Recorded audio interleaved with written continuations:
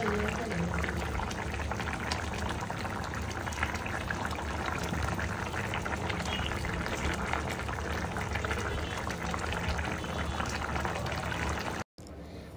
শুক্রবার ছোট্ট করে একটা ডেইলি ব্লগ নিয়ে চলে আসছি। আপনারা কিন্তু ফুল দেখার চেষ্টা করবেন, অবশ্যই ভালো লাগবে। তো চলেন আজকের ব্লগটা কী নিয়ে সাজিয়েছি সেটাই কিন্তু শেয়ার করব। কিন্তু হ্যাঁ, যারা আমাকে অনেক ভালোবাসেন আমি জানি তারাই দেখে, আর কিছু বলার নাই, আপনাদের ভালোবাসার একটা মানুষ আমি। আসসালামু আলাইকুম, কেমন আছেন আপনারা? আশা করি ভালো আছেন। আই হোপ আমিও খুব ভালো আছি। আর একটা ডেইলি ব্লগ নিয়ে চলে আসছি। যে যেখান থেকে আমার এই ছোট্ট ব্লগটা দেখছেন অবশ্যই একটা কমেন্টে জানাবেন।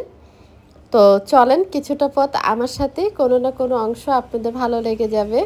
দেখেন সুন্দর সকাল, আমার কাছে কিন্তু অসম্ভব ভালো লাগতেছিল। দেখেন একটু দেখিয়ে দিলাম,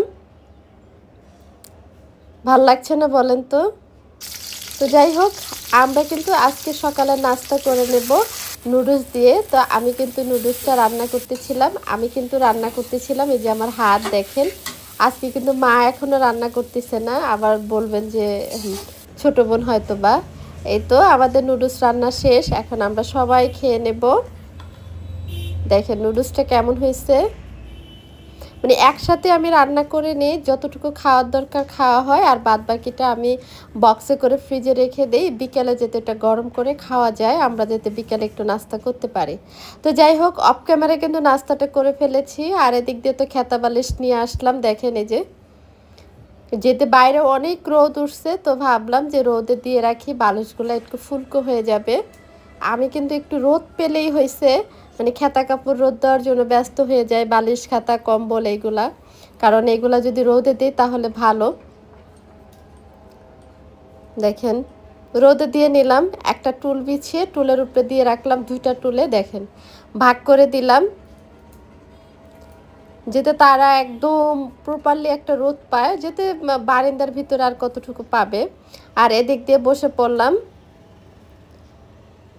ছোট ভাইয়ের সাথে মা গল্প বলতেছিল, কথা বলতেছিল যে তোমরা তো বাজারে যাও, একটু ফল টল আনো না, কিছু না, এটা বলতেছিল। তো আমার ভাইরা কী করলেন, ছোট ভাই গেলেন যে আমার মার জন্য ফল নিয়ে আসলেন, কমলা, এই যে দেখেন কমলা নিয়ে আসলেন।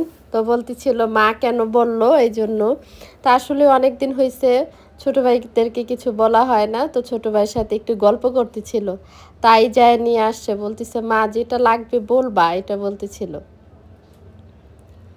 তো যাই হোক, আমারও খুব পছন্দ হয়ে গেল, আমার কিন্তু কমলাগুলো অনেক ভালো লাগছে, অনেক মিষ্টি ছিল।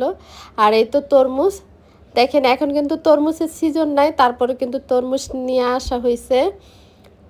তরমুজটা কিন্তু অনেক মিষ্টি ছিল। কি কি ফল আনছে সেটা আপনাদের সাথে শেয়ার করতে পেরে আমার কাছে অনেক ভালো লাগতেছিল। দেখেন, আর এই যে আঙ্কুর ফল, এটা দেখতেছেন আপনারা, আসলে এই আঙ্কুর ফলটা একদম ভালো না, একদম বাজে, একদম বোরোর মতো লাগে, অনেক টক, মানে দেখতেই সুন্দর কিন্তু মজা না। এগুলো হচ্ছে চায়না আঙ্গুর, এই ফলগুলো কিন্তু চায়নাতে বেশি হয়, একটু মজা না, আপনারা কেউ এই আঙ্কুর ফলগুলো নেবেন না। আর এদিক দিয়ে নিয়ে আসছে দেখেন জলফই, এই যে জানে যে আমি একটু জলফই খাই বা আমড়া ঠামড়া খেতে পছন্দ করি, নিয়ে আসছে। তো আপনাদেরকে দেখিয়ে দিলাম, দেখেন। তো যাই হোক, আপনাদেরকে দেখালাম, এখন চলে আসছি টি টেবিলটা মুছার জন্য, অনেক ময়লা হয়েছে, আর আমি একদম এমনি বসতে পারি না, মোড়া লাগে, তো মোড়ায় বসে বসে এটা পরিষ্কার করতেছিলাম, অনেক ময়লা হয়েছে, তো ভাবলাম যে না একটু মুছামুছি করে নেই। আর এদিক দিয়ে কিন্তু ফ্যান মুছা হয়েছে, কারণ ফ্যানের ভিডিওটা আপনাদের সাথে শেয়ার করলাম না, কারণ ভিডিও করি নাই, এই আর কি, অনেক উপরে। তো ফ্যানগুলা মুছা হয়েছে, ঘরে যেই কয়টা ফ্যান ছিল, 4-5টা ফ্যান ছিল, তো সবগুলা ফ্যানই মুছা হয়েছে। তো ভাবলাম কি টি টেবিলটা একটু মুছা দেই, তো আমি কিন্তু বসে বসে মুছা দিতেছিলাম, এত ধুলা পড়ে কর মতো না।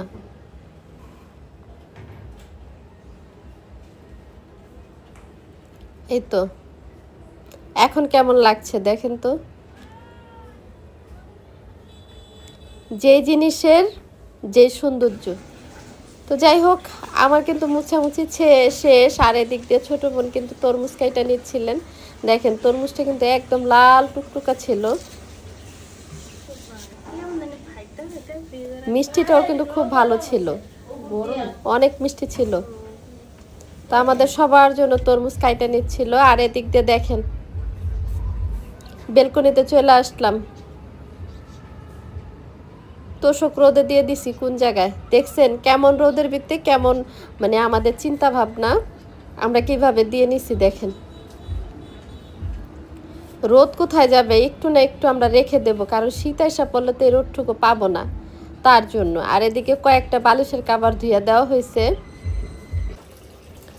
আর এদিক দিয়ে দেখেন ছোট বোন কিন্তু লাল শাক ধুয়ে নিতে ছিল। এখন কিন্তু আমাদের রান্না বান্নার কাজ চলবে, আমরা কিন্তু রান্নাঘরে চলে আসছি।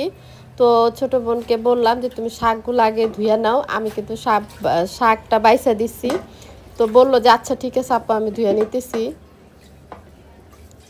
দেখেন আজকে দুপুরে কি কি রান্না করব আপনাদের সাথে শেয়ার করব। লাল শাক তো অবশ্যই থাকবে, আর লাল শাকটা কিন্তু আমার অনেক পছন্দ। আর যেই লাল শাকের ভিতরে লাল টুকটুকা হয় এটা কিন্তু আরও ভীষণ পছন্দ হয়। আপনারা কিন্তু একদম ঝাল করে খায়া দেখেন, অনেক মজা। আর আমার সাথে কিন্তু মানে বোম্বাই মরিচটা যদি থাকে তাহলে তার কোনো কথাই নেই।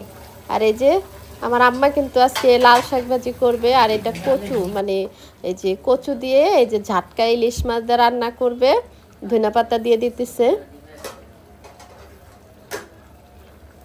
দেখেন মা রান্না করতেছিল।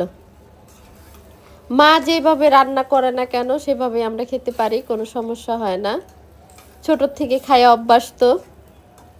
আর এদিকে দেখেন ছোট ছোট করে আলু কাইটা নিয়েছে আর বাগন কাইটা নিয়েছে, এটা কিন্তু শুটকি রান্না করবে। এটাই ছিল আজকের রেসিপি, কোনো মাছ মাংস ছিল না। তো ভালো থাকবেন, আল্লাহ হাফেজ।